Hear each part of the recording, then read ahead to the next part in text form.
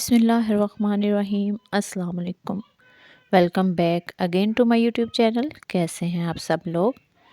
میں امید کرتی ہوں کہ آپ سب خیریت سے ہوں گے، خوش باش ہوں گے، بہت ہی اچھے طریقے سے اپنی زندگی کو انجوائے کر رہے ہوں گے۔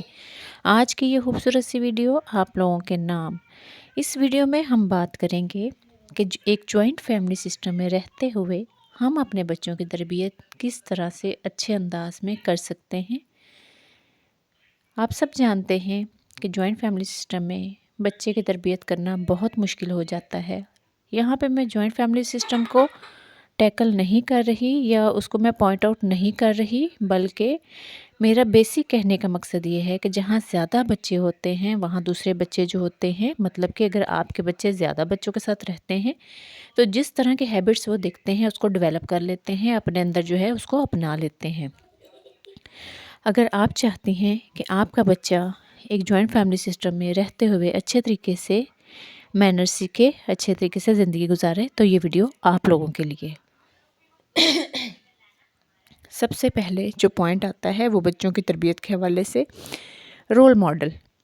گھر کے جو بڑے ہوتے ہیں وہی بچوں کے استاد ہوتے ہیں۔ صرف بچے والدین سے نہیں سیکھتے، بلکہ گھر میں موجود سب لوگوں سے وہ ہر چیز ڈیولپ کر رہے ہوتے ہیں، ہر چیز جو ہے اپنے اندر اپنا رہے ہوتے ہیں۔ ہمارے بڑوں کو چاہیے کہ وہ بچوں کے اندر اچھے رویے کو فروغ دیں، ان کے ساتھ اچھے طریقے سے پیش آئیں، ان کا بیہیو بچوں کے ساتھ نرم ہو تاکہ بچہ جو ہے وہ ویسی ہی تربیت پائے جیسی آپ چاہتے ہیں۔ بچے گھر میں محبت اور تعاون دیکھتے ہوئے وہی سیکھیں گے جیسا کہ آپ چاہیں گی۔ اس کے علاوہ جو دوسرا پوائنٹ ہے وہ یہ ہے کہ سارے ایک ہی اصول کو فالو کریں۔ اگر کھانا کھانے لگے ہیں تو یہ ضروری ہے کہ سارے گھر والے اکٹھا ہی کھانا کھائیں تاکہ بچے کو رشتوں کی اپنائیت کا احساس ہو، اس کو پتہ چلے کہ ہم اکٹھا کھانا کھا رہے ہیں، اکٹھے کھا رہے ہیں تو اس میں کتنی برکت ہے۔ اس طرح وہ اپنے رشتوں کو بڑی اچھے طریقے سے پہچانے گا۔ اس کے علاوہ وہ بڑھاپے میں بھی آپ کا سہارا بنے گا کیونکہ اس کو آپ کے ساتھ کھانے کی عادت ہو جائے گی۔ سب کے لیے ایک ہی جیسا ٹائم ہونا چاہیے۔ اگر ٹی وی 9 بجے بند ہوا ہے تو گھر کا کوئی بڑا بھی 9 بجے کے بعد ٹی وی نہیں دیکھے گا۔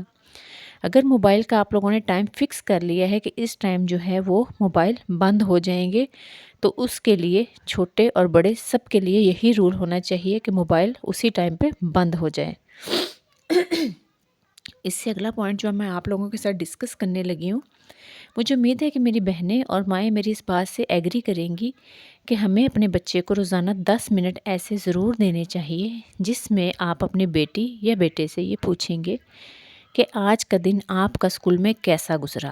ان 10 منٹ کی اہمیت اگر آپ جان جائیں تو آپ حیران رہ جائیں گی کہ ان 10 منٹ میں آپ اپنے بچے کے کتنے کلوز ہو جائیں گے۔ آپ کا بچہ آپ کا دوست بن جائے گا۔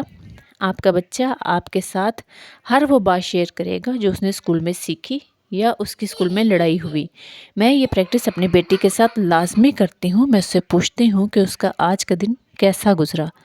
اگر اچھا گزرا تو کس وجہ سے اچھا گزرا، اگر برا گزرا تو کس وجہ سے برا گزرا، اور جہاں پہ مجھے لگ رہا ہوتا ہے کہ اس کو غصہ آتا ہے یا وہ چیزوں کو جو ہے وہ ہینڈل نہیں کر پاتی، ہم اس کو سکھاتی ہوں کہ غصے کو کس طرح سے کنٹرول کرنا ہے۔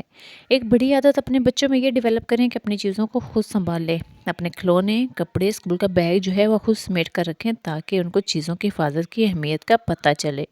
مجھے امید ہے کہ آپ کو آج کی یہ ویڈیو بہت پسند آئی ہوگی۔ اگر پسند آئے تو لائک کریں، شیئر کریں اور میرے چینل کو سبسکرائب کریں۔ ملتے ہیں نیکسٹ ویڈیو میں۔ اللہ حافظ۔ میں اس کو کہتی ہوں کہ اپنے غصے کو